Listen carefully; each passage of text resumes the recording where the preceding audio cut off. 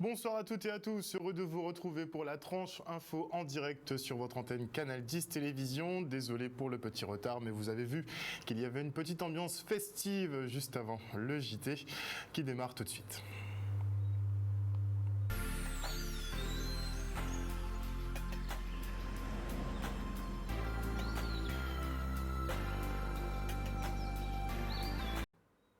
Nous sommes le mercredi 23 février 2022 et voici les titres de ce journal. Nous reviendrons sur le point Covid de cette semaine et cette annonce majeure, à savoir que le couvre-feu passe de 22h à, tenez-vous bien, 23h. Puis nous irons en visite au port de pêche de Sainte-Rose qui bénéficie de 20 millions d'euros de travaux de la collectivité départementale. Et en fin d'édition, un petit saut au déboulé 3-3, un stage de basketball initié par la MJCA. Et notez que ce soir, Justin Trudeau, le Premier ministre canadien, met fin à l'Emergency Act, donc aux mesures d'urgence qui avaient été invoquées, puisqu'il voulait déloger les manifestants qui ont bloqué la ville d'Ottawa pendant plus de 3 semaines.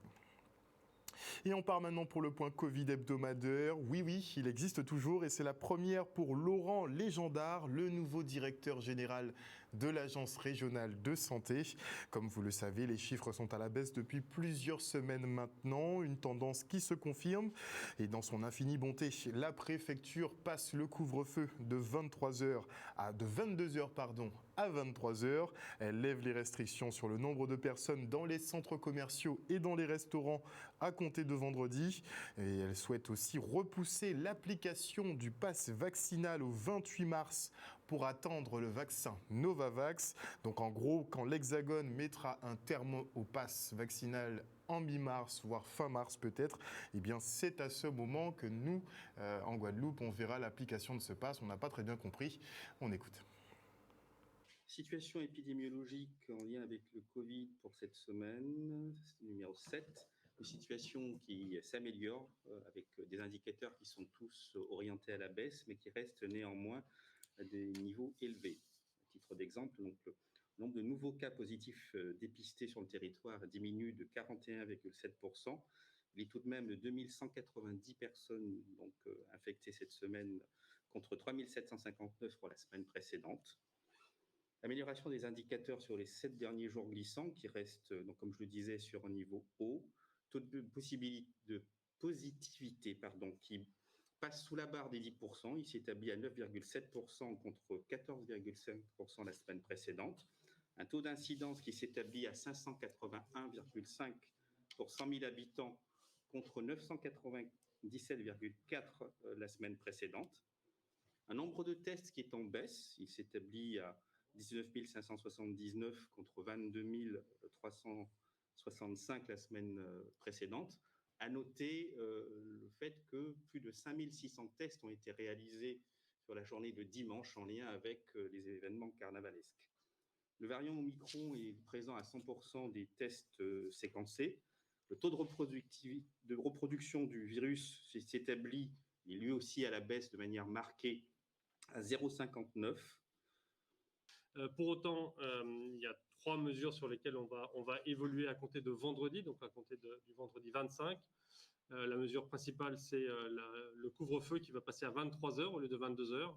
Alors, ça va permettre de dégager un peu de plage horaire pour les activités du soir, pour tout d'abord les activités de carnaval pour commencer, ensuite pour les activités de restauration pour les gens qui souhaitent sortir un peu plus tard. Donc, ça laisse un espace de liberté un peu supérieur. Je sais que on n'est pas encore à l'abandon du couvre-feu, mais comme je l'ai dit, nous avons encore devant nous quelques semaines avec des taux d'incidence qui demeurent importants. Ensuite, les 2 autres mesures sont des mesures de jauge.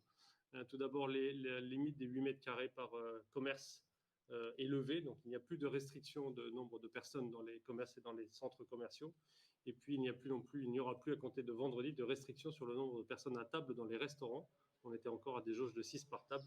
Et donc, ces restaurants étant toujours soumis au pass sanitaire, il n'y aura plus de restriction du nombre de personnes dans ces établissements à compter de vendredi. J'ai proposé aux élus qui ont acquiescé à ma demande de repousser l'application du pass vaccinal en Guadeloupe à la fin du mois de mars, à minima au 28 mars, de manière à se laisser le temps de voir arriver le vaccin Novavax et donc que les gens qui souhaitent se faire vacciner puissent avoir accès à cette vaccination. Deuxième point qui est important, c'est que j'ai mentionné aux élus que nous allions nous revoir dans ce qu'on appelle une clause de revoyure, c'est-à-dire qu'on se fixe un rendez-vous à la mi-mars, et on aura l'occasion d'en reparler ensemble à ce moment-là, pour fixer les modalités précises d'application, c'est-à-dire la progressivité et la date de mise en œuvre pour les différents ERP qui seraient concernés par le pass vaccinal. La mi-mars étant la date à laquelle les évolutions au niveau national devraient être connues. Et donc, nous pourrons donc prendre une décision en fonction de ces différents éléments, l'arrivée du Novavax et la réglementation nationale. Et notez qu'il n'y aura pas de point presse Covid la semaine prochaine, puisque ce sera mercredi décembre. Et en parlant de poussière et de particules fines, je tiens tout de même à rappeler que les masques FFP1 et FFP2 ne protègent pas des virus.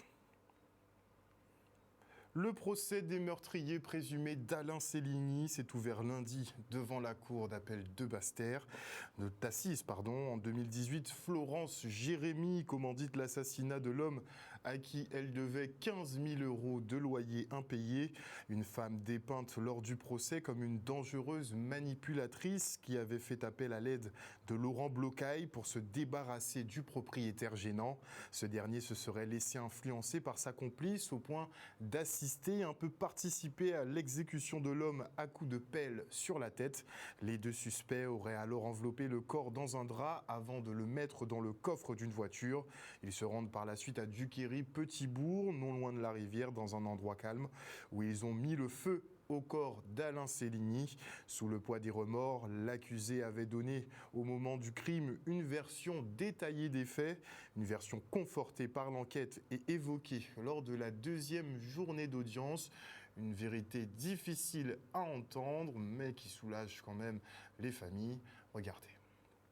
Assez rapidement, comme il a été dit lors des débats, mon client s'est rendu compte qu'il ne pouvait plus tenir dans cette position, que ça faisait plus de 20 jours que cette personne avait disparu, qu'avait été tuée, et qu'au moment où il devait être entendu lors de la garde à vue, il n'en pouvait plus. Donc il est clair que c'était évident qu'à un moment donné, et sans trop tarder, qu'il donnerait la véritable version.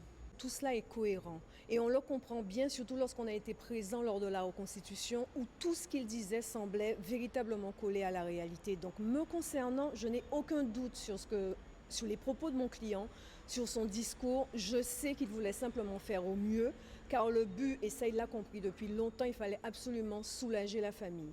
Et la meilleure façon qu'il lui restait de le faire là désormais, c'était de dire la vérité. En tout cas, c'est ce qu'il avait promis dans ses propos introductifs. Il a été à la hauteur. En tout cas, c'est cohérent par rapport à tout l'ensemble de ses déclarations.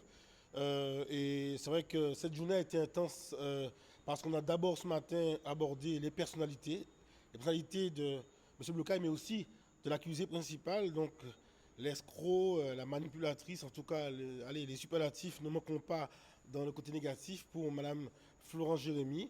Nous avons en tout cas tenté avec les experts, avec aussi les déclarations de chacun, de pouvoir un peu mieux cerner à la fois donc cette Florence Jérémy, locataire un peu malheureuse, à dire ex ou futur propriétaire, et aussi Laurent Blocaille. Mon Dieu, j'ai envie de vous dire, l'emprise qu'elle avait sur lui, c'est l'emprise qu'elle a eue sur la douzaine de personnes qui a défilé depuis hier pour pouvoir donner leur version sur la manière dont ils se sont fait avoir. Donc, il n'y a pas de scénario différent. Tout est appliqué exactement de la même façon. C'est juste les gens qui changent. Donc, elle a cette facilité, cette capacité de pouvoir emmener les gens là où elle veut. Et c'est exactement ce qui s'est passé avec Laurent. Et on l'a dépeint effectivement comme une espèce de génie du mal, carrément. Le département engage 2 millions d'euros de travaux pour le port de pêche de Sainte-Rose. Et pour que la collectivité sache bien dans quoi elle met les pieds, Adrien Baron, le maire de la ville, a organisé une petite visite en mer. Le reportage. Il va y avoir 2 millions de travaux sur le port de Sainte-Rose. Mais nous savons qu'au-delà de ces 2 millions, il y a un projet global que nous sommes en train de construire pour ce port qui a un potentiel énorme. Activité de pêche très importante, activité de plaisance, activité de loisirs et de même que possibilité de cabotage. Donc, et nous avons vu aussi l'activité touristique puisque dans le prolongement du port, il y a la mangrove, l'île Carrette, l'île Fajou qui nécessitent des visites. Et donc il va falloir organiser tout cela et donner sa véritable dimension. Lorsque vous présentez un dossier dans un bureau, vous n'avez pas la même réalité que lorsque vous vivez en direct. Lorsqu'on va à l'île Carrette par exemple, et que le président voit par lui-même les problématiques qui sont celles de cette île-là, il est mieux adepte à comprendre par la suite qu'il faut monter un projet sur ça. Donc je suis très heureux d'avoir pu faire cette balade avec le conseil départemental et la ville pour bien montrer tout l'enjeu qu'il y a et puis surtout le potentiel de ce port de pêche de Sainte-Rose avec cet aspect pêche et en même temps touriste. Dans un premier temps, 2 millions d'euros parce qu'il s'agit pour nous vraiment d'axer sur la pêche, sur le port de pêche. Et avec la collectivité régionale, nous envisageons vraiment, département et région, de monter un projet commun pour créer ce lien. Et je pense que vous aurez d'ici un an certainement le projet post les travaux actuels pour pouvoir faire vraiment de cet espace du port de Sainte-Rose un lieu de vie agréable pour l'ensemble des Guadeloupéens. Le département a la chance d'être propriétaire du port ici même. Donc ils vont pouvoir, en maîtrise d'ouvrage, assumer un certain nombre de travaux. Et puis la ville suivra sur l'aspect plaisance avec l'ensemble des collectivités, la région bien sûr, mais aussi la communauté d'agglomération qui va nous aider. Je crois que l'avenir est prospère. Il faut simplement mettre en place les projets et refaire vivre la ville. Justement, il faut des infrastructures pour attirer des jeunes, pour qu'ils ne puissent pas travailler dans de mauvaises conditions. Et quand vos conditions de travail sont bonnes et agréables, vous rentrez plus facilement dans ce métier et vous pouvez durer aussi. Donc il est important, parce que le métier déjà en soi est très compliqué, très physique. Donc si vous travaillez dans de mauvaises conditions à terre, vous avez du mal à embrasser la profession. Les travaux qui seront réalisés à Sainte-Rose devront être terminés avant le 31 décembre. Nous avions aussi commencé par Sainte-Rose pour la mise en place de Sanizet, puisqu'on sait que c'est important d'avoir ce type d'équipement. Et sur l'ensemble du territoire, dans un premier temps, ce seront 12 Sanizet qui seront mises en place. Et sur ce port-là, 2. Un reportage signé Stanley Manicor. Et la région Guadeloupe, elle était de passage dans le Nord Grande-Terre, plus précisément à Petit Canal. Et la collectivité sillonne les communes afin d'informer les jeunes sur les aides disponibles comme le PAGE. Comme ça, après, il y a PKPD, que vous pas au courant, n'est-ce pas? Le reportage. Aujourd'hui, c'était la première dans le Nord Grande-Terre. Et pendant, je dirais, 3 semaines, les services sont venus dans les quartiers, à Gros-Cap, au Bourg, au Mangle. Monsieur Napri, Madame Sylvestre, puis un jeune de la municipalité, Monsieur Jordan. Ils ont rencontré dans chaque quartier plus de 50-60 jeunes avec qui ils ont discuté. Ils ont rempli des fiches. Et aujourd'hui, nous avons voulu amener tous les services, comme nous l'avons fait dans le cadre de la région à domicile. Maintenant, c'est le PAGE à domicile. Nous allons sillonner les communes pour que les jeunes ne puissent pas dire « ils n'ont pas fait rien, ben non ». Ils ne se déplacent pas, ils attendent, ils connaissent tout ce qui se passe sur les réseaux sociaux en Amérique, en Chine et autres. Mais quand il s'agit ici en Guadeloupe, ils ne se renseignent pas. Et comme je le dis, le PAGE, c'est 5 millions que nous avons budgétisés pour des projets, pour la formation, pour aider les jeunes qui veulent créer leur avenir, de pouvoir le faire. On est là de 9h à 14h. Durant les 2 à 3 semaines qui ont précédé la manifestation, les élus de la région, les élus de la ville ont sillonné, je dirais, le territoire. Il y a des jeunes qu'on a déjà rencontrés, avec qui on a déjà pris contact. Aujourd'hui, c'est une grosse manifestation, je dirais, de communication sur les différents dispositifs qui existent. C'est une belle satisfaction de pouvoir regrouper autant de partenaires pour accompagner la jeunesse et pour être à côté de la jeunesse, pour leur tendre la main. Donc non, je ne peux pas parler de déception, au contraire, je dirais que c'est une belle réussite. Tous les centres de formation, l'armée qui nous accompagne, Guadeloupe Formation, là-dessus, hier j'ai rencontré la rectrice pour mettre en place, pour intensifier la formation sur les métiers de la mer avec Marie Galante, pourquoi pas. Donc non, tous les partenaires sont mobilisés maintenant, c'est aux jeunes maintenant, comme je le dis, à se bouger pour pouvoir dire on a fait, vous avez entendu un jeune prendre la parole à l'instant qui est en stage à Petit Canal, même dans les communes, dans les entreprises, nous essayons de trouver des stages pour ces jeunes. Il faut maintenant que les jeunes puissent dire, voilà, il y a des choses qui existent depuis très longtemps, maintenant nous allons à leur rencontre.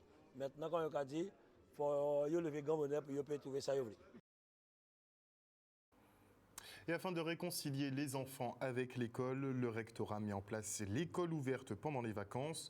Contrairement au schéma scolaire classique et probablement obsolète, les petits apprennent en réalisant des activités en extérieur, une pédagogie qui associe théorie et pratique et qui est très payante d'ailleurs.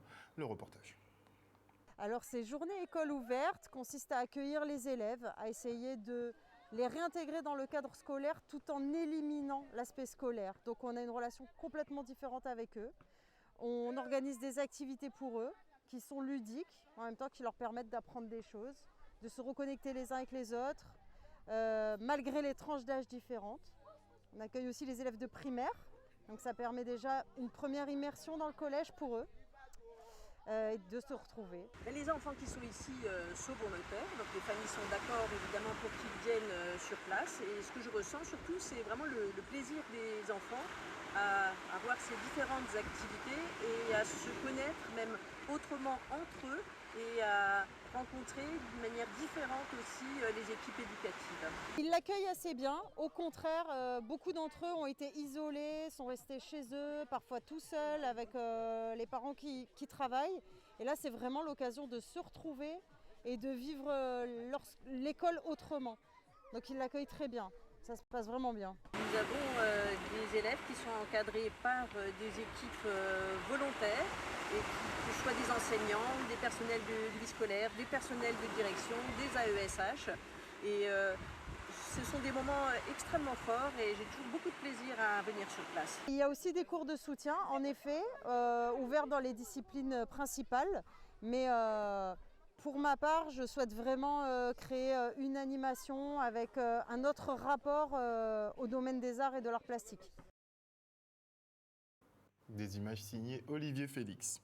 Et la MJCA, elle organise le déboulé du 3-3, une découverte du basket pour les enfants. Un stage qui est supervisé par Sabrina Pali, une basketteuse professionnelle. Et on tire notre chapeau à Séverine Méridan qui fait un travail énorme pour la discipline, quels que soient les âges, que ce soit les filles ou les garçons d'ailleurs. Allez, le reportage. On a pris l'initiative d'organiser un stage sur les vacances, ça s'appelle le déboulé du 3-3. On a voulu faire découvrir aux enfants cette pratique du basket. Et donc on a la chance d'avoir avec nous Sabrina Pali qui a fait donc le déplacement pour venir encadrer ce stage d'une semaine. Elle est spécialiste du 3-3, elle est d'origine guadeloupéenne. Et donc elle a voulu, elle veut justement promotionner cette pratique du basket. Je trouve qu'en Guadeloupe, on a beaucoup de jeunes talentueux qui peuvent accrocher facilement à cette discipline qui est, après tout, éducative et pédagogique. Et moi, ce que je suis venue apporter, c'est mon expérience en tant que joueuse professionnelle. Et surtout, qu'ils puissent s'amuser au travers d'un sport, même s'ils sont débutants, même s'ils ne sont pas dans un club, qu'ils puissent aussi bouger, faire du sport. La volonté, c'était vraiment de permettre à toutes les catégories d'âge de pouvoir toucher à la discipline. Donc on accueille les enfants de 4 ans jusqu'à 18 ans. J'ai commencé le basket dans la rue, un peu comme les jeunes, comme ça. Et ça m'a quand même emmené à une carrière de joueuse professionnelle et notamment aussi d'aller dans les équipes de France 3-3. Aujourd'hui, le 3-3, il est accessible à tous et à toutes. Et justement, je pense que c'est l'occasion d'ouvrir cette discipline à des jeunes qui ne sont pas forcément informés que cette discipline est ouverte ou qui se mettent des barrières en se disant qu'ils ne sont pas capables. Chaque jour, effectivement, c'est un peu spécifique. Là, aujourd'hui, c'est un atelier beaucoup plus sur l'aspect physique. Donc, les autres jours, on a travaillé aussi de la technique, sur le shoot, il y a du travail défensif.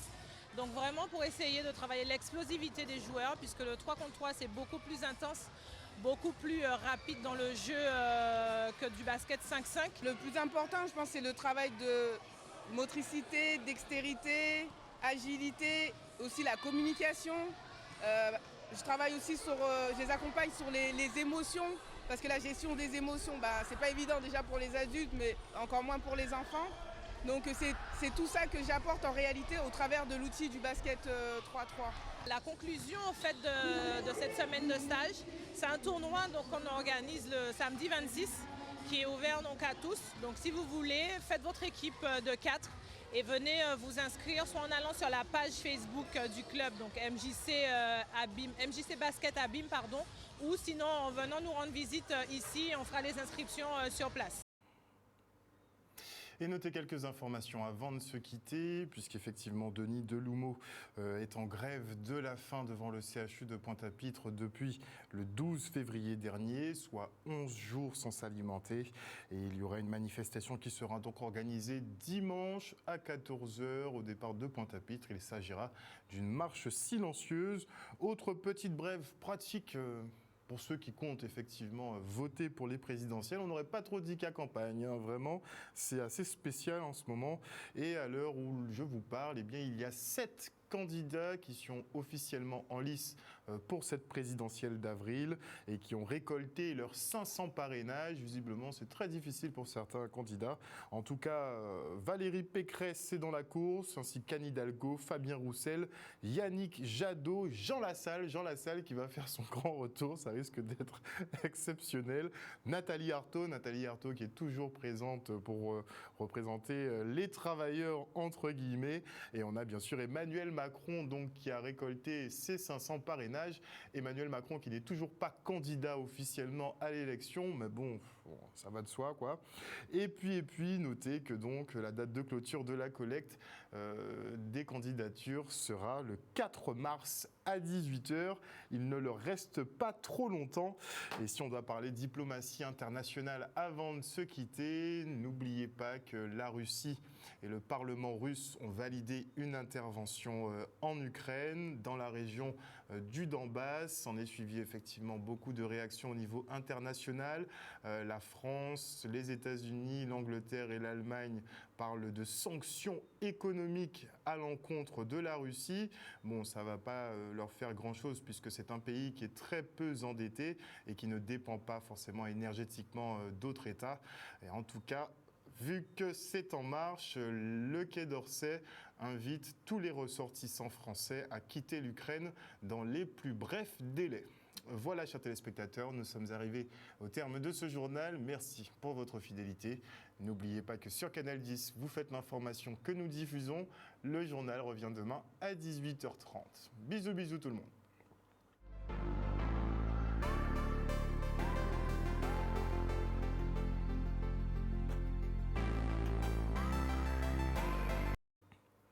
À venir dans la tranche info sur Canal 10, le focus, et je recevrai Madame Jacquemart qui représente des personnes porteuses de handicap ici en Guadeloupe.